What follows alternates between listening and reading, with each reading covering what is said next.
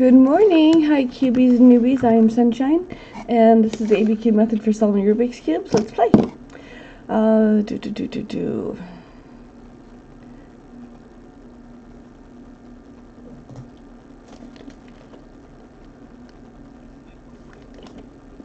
Most methods for solving Rubik's Cubes require a lot of background information. You take the cube and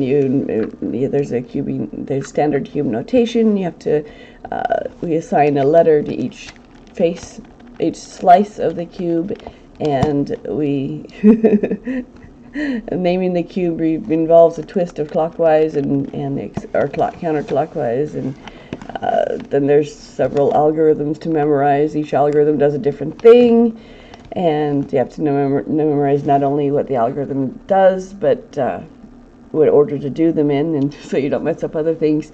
And generally, it's about as complicated as it was back in the 70s and 80s when it first came out, because the only communication that we had was textual across the world. We had starting to have some chat rooms, and so we reduced everything to a letter, and we came up with algorithms, and that hasn't changed. But we've progressed a lot since then. So this is a new method. This is a different method than that. This is just completely visual. I don't make you learn any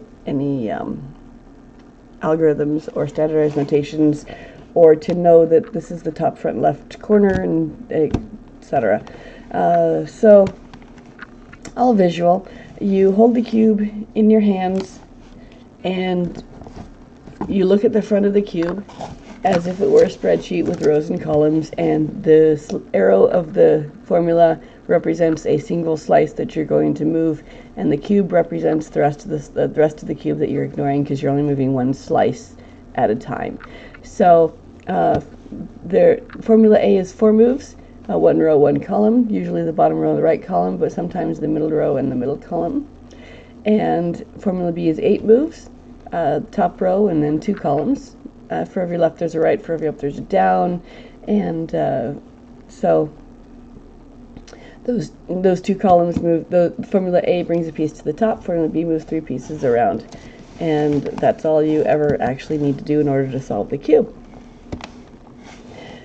So formula A is 4 moves, like I said.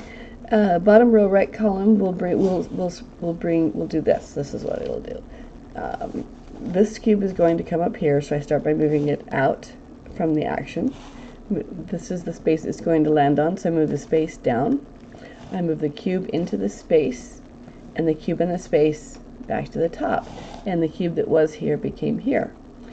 So these 2 switch places, these 2 switch places, these 3 edges also switch places, but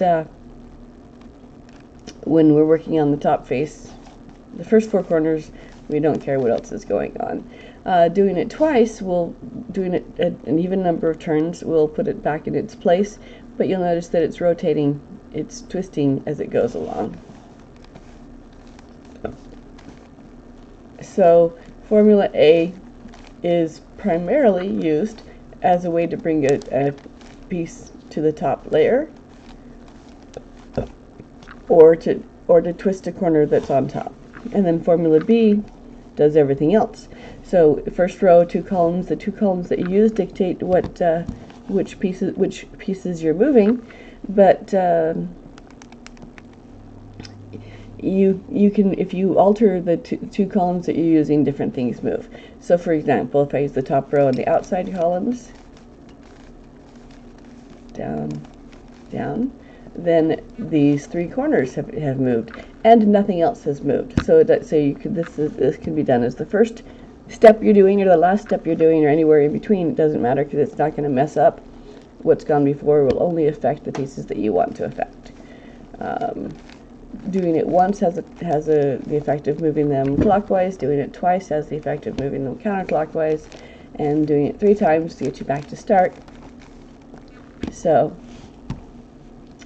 top row outside column moves corners, if it's an outside and an inside column. You don't have to memorize which two columns do which things. You just have to select the piece that it's incorrect, that wants to be moved, and then that becomes one of your two columns, is the cube, where it is, and where you want the cube to land is the other column. So if I want this cube to come over here, away, up, in, up, second up, away, down, in, down, and it moved edge pieces, 3 of them to be precise. Okay. If I do it again, up, up, down, down, and once more we'll solve it. So the way to line it up is to have the cube that you want to move, bring the corners to match the front, and the top color determines which direction it's going to move into. Away, up, in, up, away, down, in, down, and the first one has come back. 2 inside columns moves the center pieces.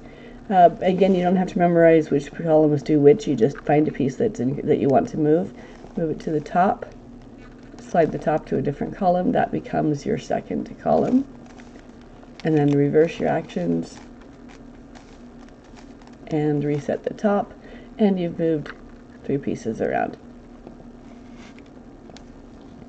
It looks like you've moved 2 pieces around, but you're never moving 2 pieces around, you're always moving 3 pieces around. So for example, if I'm going to move this yellow piece into where this orange is not going to come to this spot. It'll come to either one of these spots, depending on which direction I turn my top. But so up into a different column, second up, then reverse, down, and set the top. So, as I said, you're always moving 3 pieces. Sometimes it will look like there's only 2 pieces that need to move,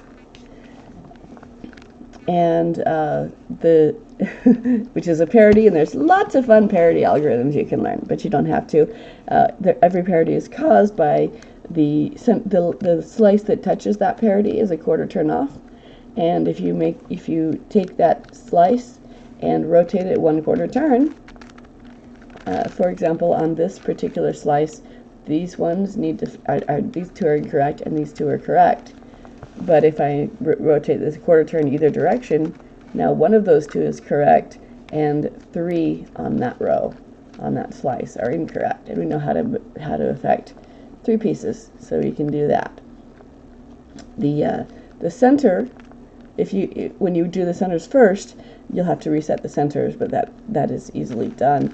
And the reason why you have to reset them is because while they were visually correct, the center was indeed the center can be off a 1/4 turn because there's 4 pieces here instead of 1, and so this piece can be visually correct here or here or here or here, and that increases the mathematics of the cube, and it makes it so that it's you can get it visually correct without the slices being correct, and you don't know the slices are correct until you either do it or don't have a parity. So that's a quick overview. Let's see who's here.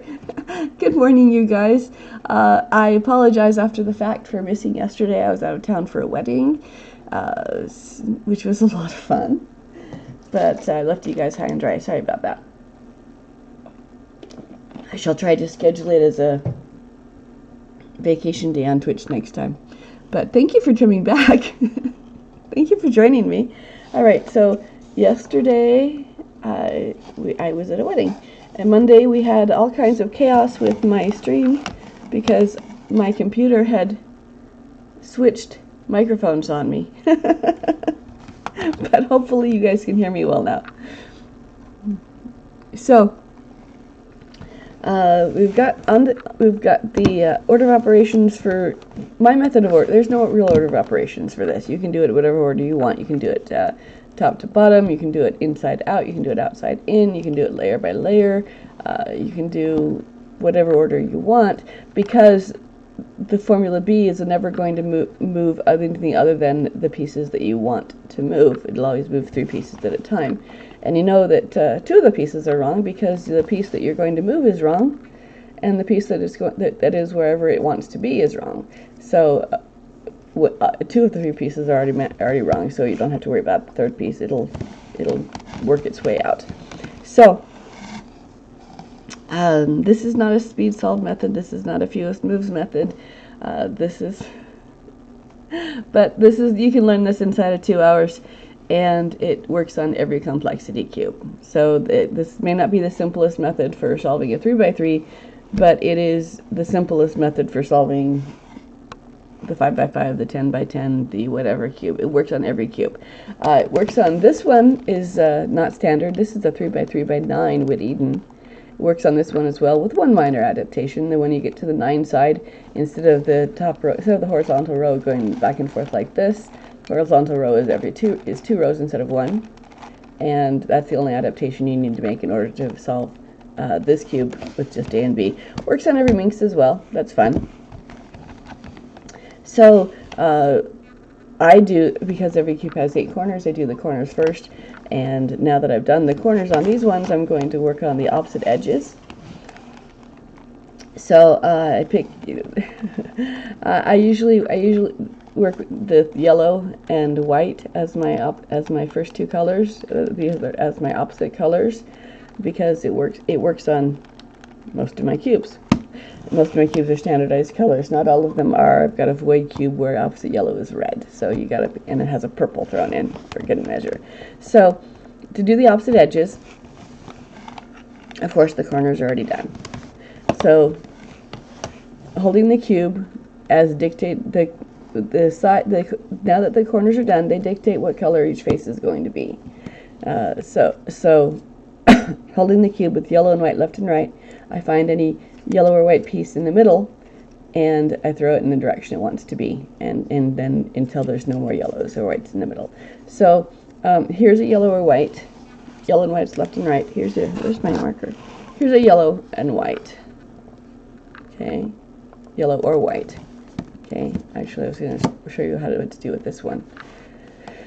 Okay, once you've selected a piece that has yellow or white, and yellow and white are left and right as dictated by the corners, your active color, the yellow or white, is either on the top or the front. If it's on the front, you need to flip the cube so that it's on the top. But your yellow and white are still left and right, in one direction or the other. Then we treat the corners together as one now. And so I bring the corners to match the front of the cube that I'm moving. Okay. And then I determine which direction it's going to be.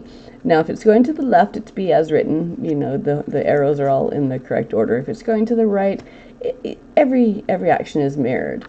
So it's the same principle, but if you only want to use B, then you can just place it in the spot where it wants to be flipped. This will move it to this spot, flipped, and then you can unflip them at the end if you want to. So if you forget, so formula B, top row, 2 columns. The 2 columns are where it wants to land and where it begins, and the first horizontal is to move it away from the action.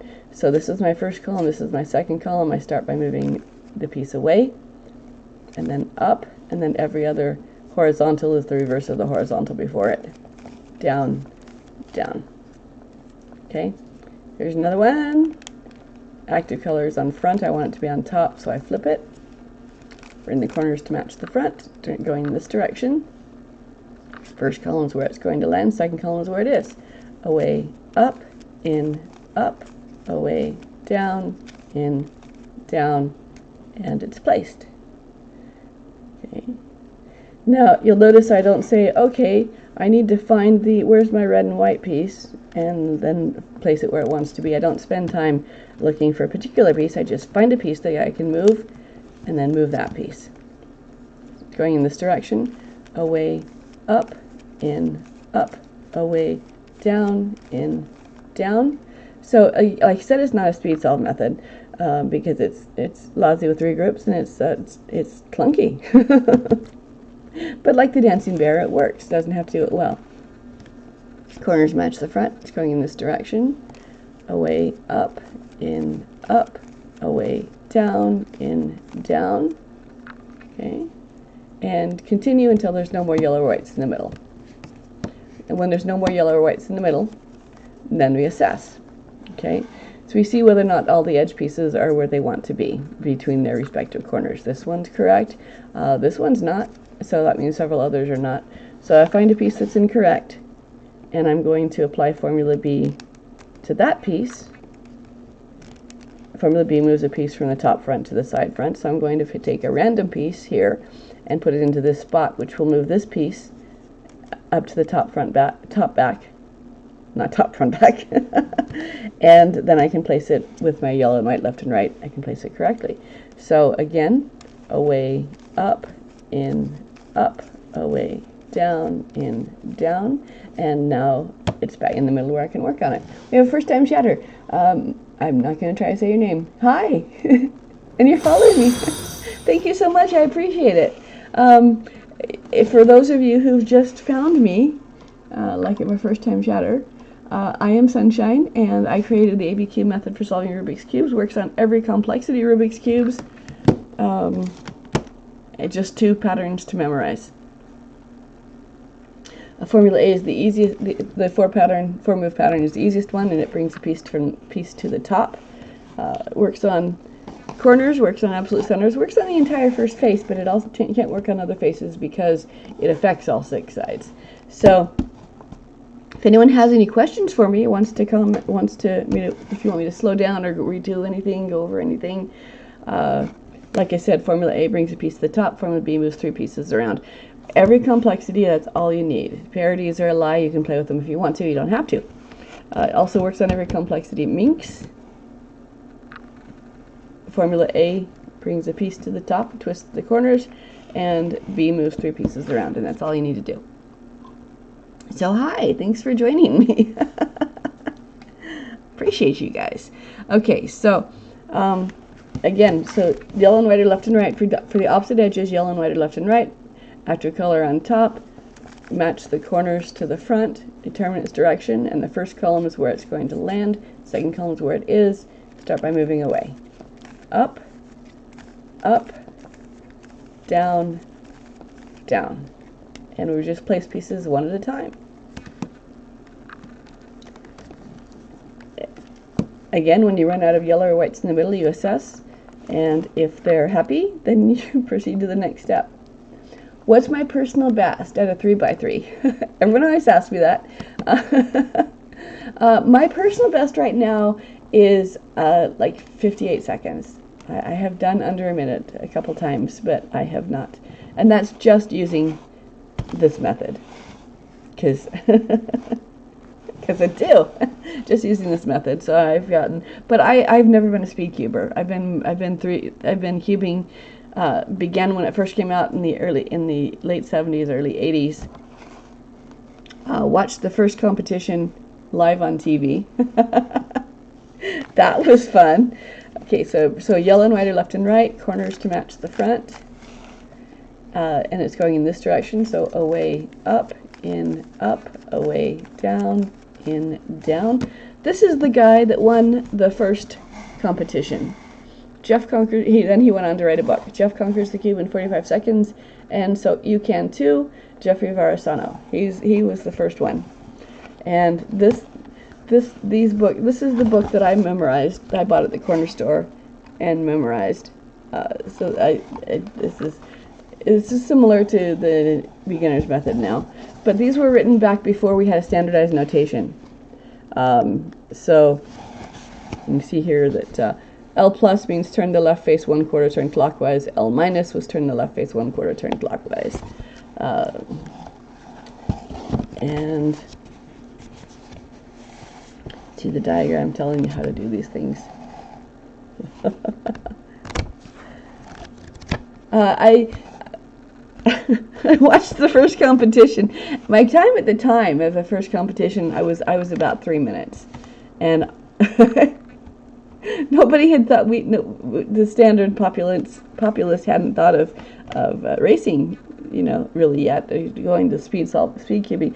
Now I want you to understand that this 23.42 seconds that Mr. Varasano did, he was 17 at the time, 16, 17 at the time. that was dealing with a clunky old original Rubik's Cube, because that was all that there was out there, was the Rubik's Cube. And there was no finger tricks, there was no cornering, there was no nothing. You had to line up everything had to be lined up perfectly or it wouldn't turn. So, so you sub 23 people now. Try it with the original Rubik's Cube. That's just going to be fun. So, but my area of expertise at the time was that I was very good at teaching the cube. Not my own method, because I didn't come up to this until this century. But but everyone, it was very popular. A lot of people had a cube. Most people had a cube. Most kids had a cube, but very few people could solve it, unless you were a genius like Mr. Varsano, or unless you had bought a book and memorized it. And I had bought a book and memorized it. So I'd walk down the street with my cube in my hand, and total strangers would, oh wow, that's pretty cool. Did you take it apart and put it back together again, or did you peel the stickers off? Because those were the only two common methods for solving the Rubik's Cube at the time. I'd say, no, I did it. I just twisted it. They're, no, you didn't. And strangers would take my cube from me and scramble it and turn their back to me. You'll never figure this one out. I'm going to be tricky. As if the cubist has to look at the cube and figure out what moves scrambled it, and then reverse them in their head, and that was for the non-cuber. That was clearly what had to happen in order to solve the cube. And so every interaction with a stranger was 5-minute conversation. All right, so yellow and white are left and right, and there's no more yellow or whites in the middle. So I assess. The whites are happy, the yellows is not. This one wants to flip, so I'm going to move a piece into this spot. Formula B. Up, up, down, down. And now it's in the middle where I can place it correctly. And up, up, down, down, and set the center. So opposite edges are done.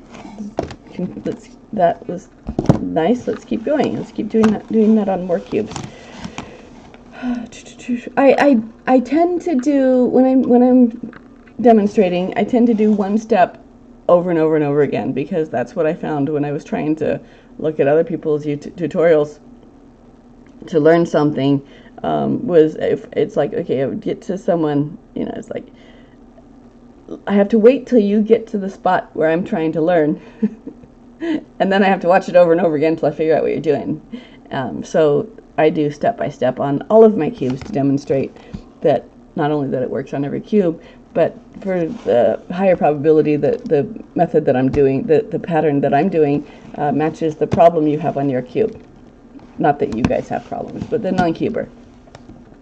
So yellow and white are left and right as dictated by the corners. I find a yellow or white piece in the middle, and line up the corners to match the front.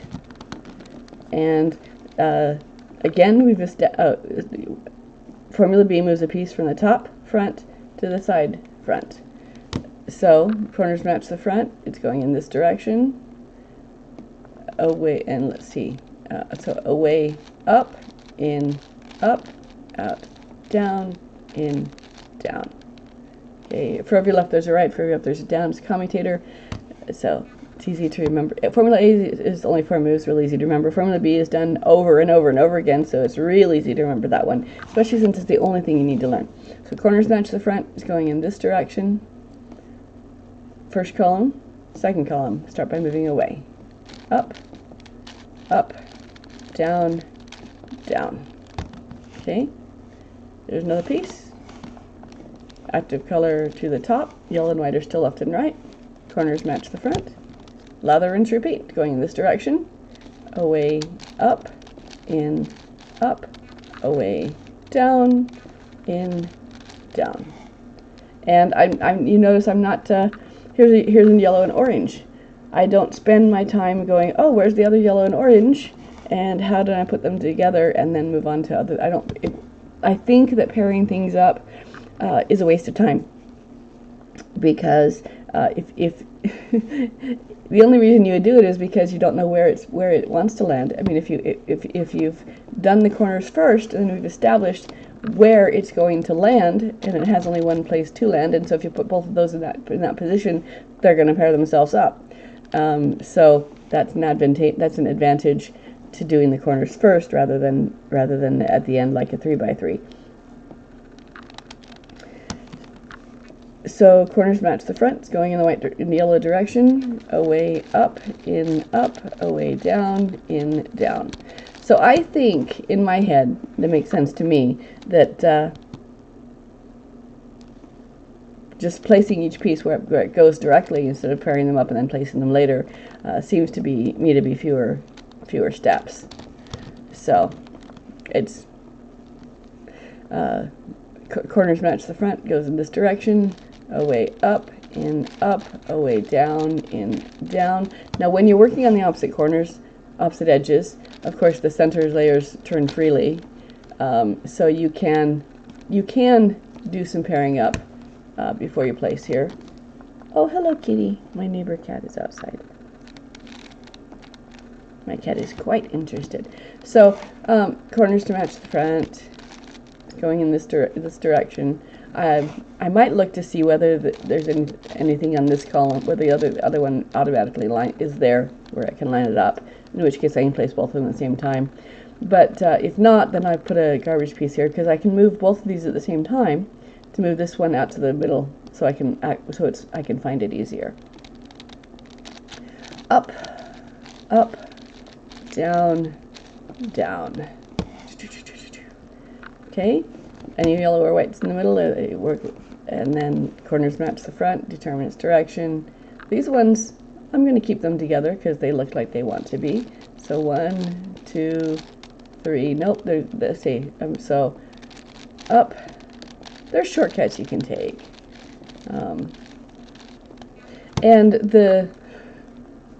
I know it's not a speed solve method. Several of my students have gone on to become speed solvers though after learning it, because when you're a beginner and you're trying to learn what an algorithm does, it's easier to see what the algorithm does and when it's advantageous to use it if you can see exactly what it does. So if you can apply the algorithm to a solved cube, you can see, oh, that's what happened. So for newbies who want to get into speed cubing, this is a way to reset your cube so that you can see what the algorithm does. So corners match the front. And down.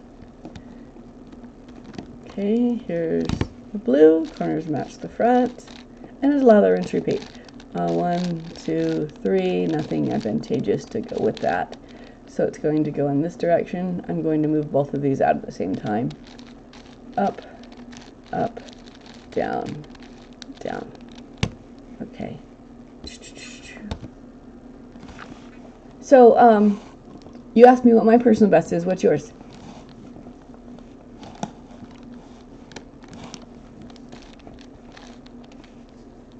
If you're still there, you might be wandered off. That's okay.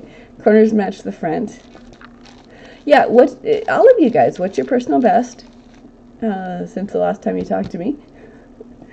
And where are you in the world so I can see where all I'm talking to? This is Twitching, live streaming. You guys have no idea how awesome this is. We could only dream of this back when we were kids. It literally, this was the Jetsons technology, where the little kid got to go to school by watching TV. We're like, wow, wouldn't that be something? So this is really fun for me, but so yeah, so teaching. I was in middle school. And I could do the cube and I could teach the cube. So everyone wanted to learn, and so my friends are all, hey, can you teach me? I'm like, absolutely. So I teach their friends, and then it's like, hey, will you teach my friend too? It's like, absolutely. And then before I knew it, I was every recess I was there had a cloud of people, 4 or 5 people deep, taking turns putting the cube in my face, and I would finger point what they needed to do. And then while they're doing that, someone else would put it in my face. And so that was fun. The coolest thing about that was that the bullies had to stop bullying me so they could ask for my help too.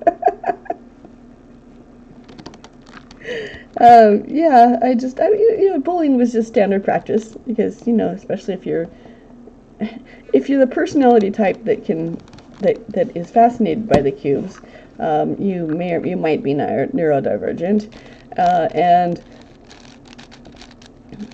I was always stimming. I was always doing things like that, and so the kids are, Lou, what are you doing with your hand? Da, da, da. You're weird, You're weird. You're ugly. Your mother dresses you funny. But when they saw that I was teaching everybody, they're like, "Oh, I want to learn too."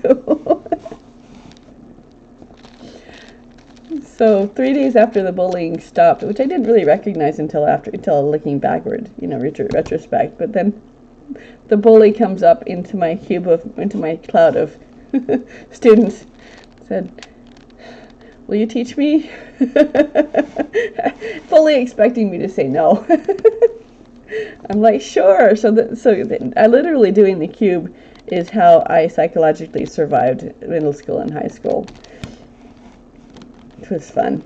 So corners match the front, going in this direction. Hello, hi, how you doing? Good to see you back. Sorry for bailing on you guys yesterday. Sorry for not letting you guys know I was bailing yesterday. I was actually out of town for a wedding, which was a lot of fun. I am doing good. I'm doing well. I did a lot of walking yesterday, so I'm kind of like ready to rest today. So corners match the front. Middle and right are left and right. I'm looking for, there's no more yellow or whites in the middle, on just the edges, ignore, and then, so I assess, and the corners are happy.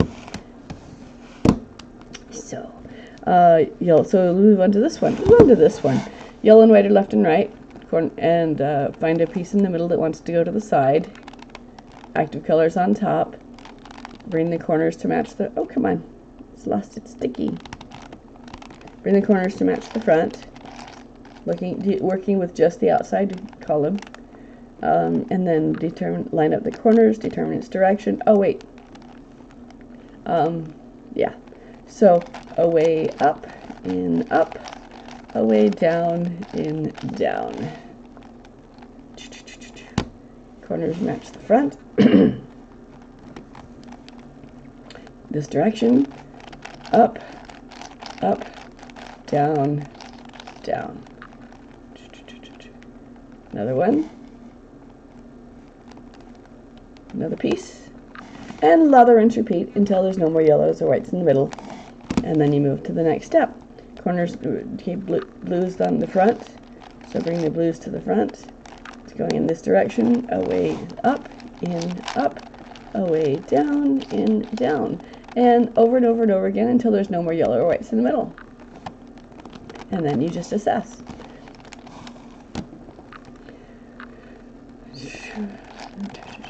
Up, up, down, down. So, an advantageous, one thing that I think is cool about this is that my brain doesn't like the algorithms because there's the translation process that I have to go through. It's like, I see the L and I know that's left, but then I have to in my mind look at that face and go, which way is clockwise, which way is counterclockwise. And then then of course the right clockwise is parallel to the left counterclockwise, and so I make mistakes of that nature frequently. So corners match the front. But this is just visual, and it's just arrows, and for every up there's every left there's a right, for every up there's a down. So it makes more sense to me than trying to memorize and then translate on the fly the algorithms. And you're only, it allows you with three groups because you're only ever moving, you look at the front of the cube and see it as rows and columns on a spreadsheet, and you're only ever moving from the front rows. So the rows that you see on the front are the only things you're ever moving. So I'm never moving the back, I'm never moving, you know, I'm just, and then whichever columns it is. Do I have any questions? I feel like I'm rambling now. I feel like I'm, all right, and so there's no more yellow or whites in the middle, because it turns, okay? So now I look and see, I assess, and the edges between their respective corners. And for the yellows they are, and for some of these they are, but this one's not. It's flipped. So I'm going to apply a Formula B to move this one. If I put a random piece into this piece will come to the back so I can work on it. So slide up. It's just always Formula B. And down, up, down, down. And now it's in the middle. Active color on top, yellow and white are left and right, bring the corners to match the front, and Formula B. Alright. Okay, so opposite edges are done there. So we've just done opposite edges. Yellow and white are left and right. And the more columns that you have, the more advantageous it is to see whether or not you have some things are advantageous to do at the same time. So because the centers rotate freely, I'm going to check all four sides to see whether it lines up. So I'm going to place both of these instead of just one. It's going in this direction. This one wants to move out as well, so I'm going to treat these three as one and move all of them out at the same time, just so that they're easier for me to see in the middle. Here's two blues, so we're going to keep them together because we can. Like I said, I don't spend time looking to pair up edge pieces. The only reason you would do that is if you didn't know where they wanted to end up, and when you've done the corners first, then then the colors are dictated already. So you can, instead of placing them, looking to find a particular piece and then pairing them up, I just find a incorrect yellow or white piece and throw it, and don't worry about pairing them up. So it's easier in my brain than spending time looking for a particular cube. So that's why I do the corners first. One of the reasons why I do the corners first. Another reason I do the corners first is because if I end up coming up with a parity, I can swipe it away with a single quarter turn because I haven't done the centers yet, so it doesn't matter. So corners match the front. It's going in this direction.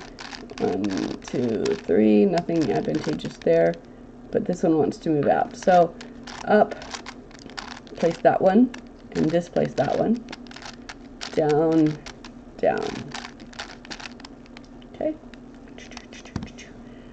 Here's another one. Corners match the front. Yellow and white are left and right. 1, 2, 3. Nothing else happened there, but look, I can see I'm going to place these two, the green and white, first before I do the green and yellow. So let's see if there's a, doesn't matter. So 1, 2, 3, nope, nothing there. So line up a garbage piece. Okay, so they're going in this direction. Up, up, down, down. Do, do, do, do, do, do, do. Okay. Orange corners match the front. It's only one needed. Up, up, down, down. Okay. There's a blue. Only one needed. Away, up, in, up, away, down, in, down. Excuse me. Corners match the front, and it's just lather, rinse, repeat. More of the same, over and over and over again. 1, 2, 3. 1, 2, 3. Nope, nothing advantageous. But these two want to move.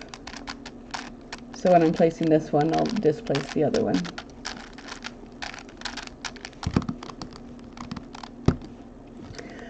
All right.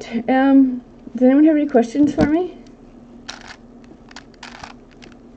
or have any non-cuber friends you want to bring to me?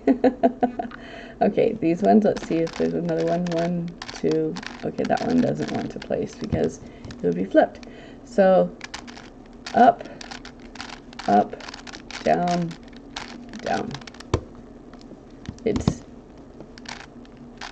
It's usually advantageous to move as large of a pieces as you can, because while you're placing one piece, you're only, like I said, 3 pieces are moving even though you're only paying attention to one of them, so you could be automatically placing pieces where they belong without knowing if you move larger pieces and smaller pieces. Corners match the front. Green this one. It's going in this direction. Most of these want to move out, so let's see if there's any other orange and whites. 1, 2, 3. Okay, so just these 2. Here, this 1. Up, up, down, down. So, yeah, okay. Corners match the front. It's going in this direction. First column is where it's going to land. Second column is where it begins. Corners match the front. Determine its direction. This one wants to move out. They all want to move out. So let's see. 1, 2, 3. Okay. They all want to move out, so I'll do this. Up, up, down, down.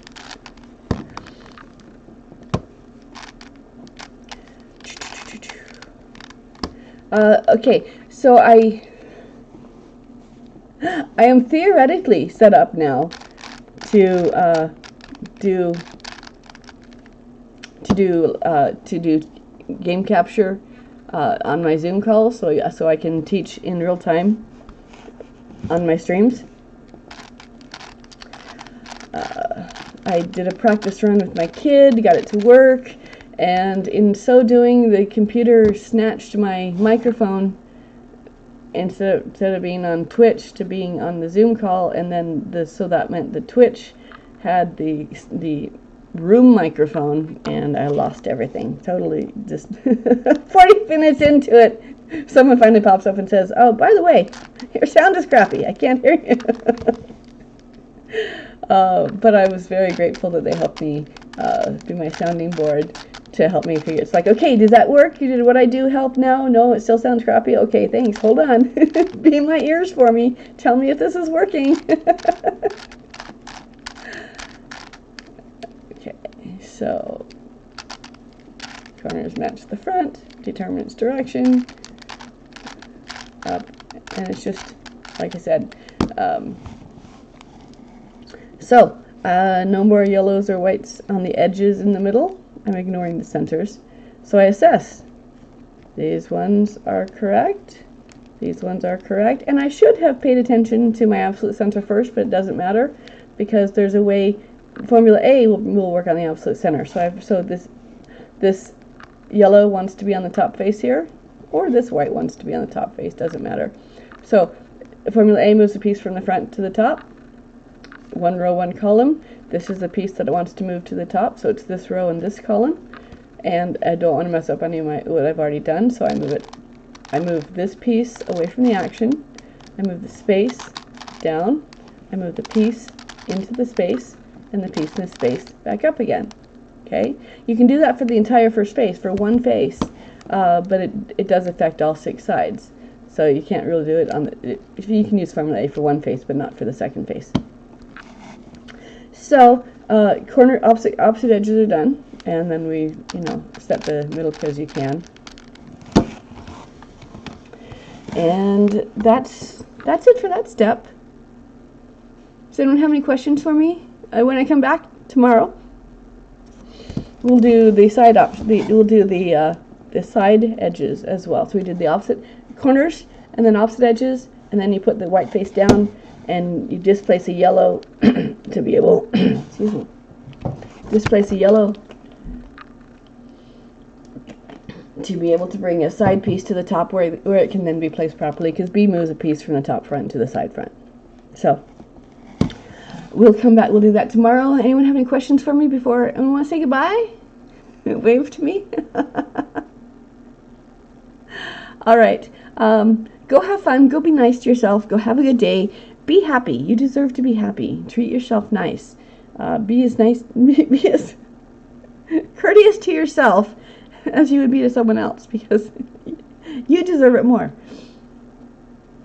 All right, I will. Bye, you guys. I appreciate you so much for giving me your time every day when you're here. It started off just talking to the void. No, it's really nice when I look over here and I see familiar names, and it's like, oh, you're spending time with me. It's so nice.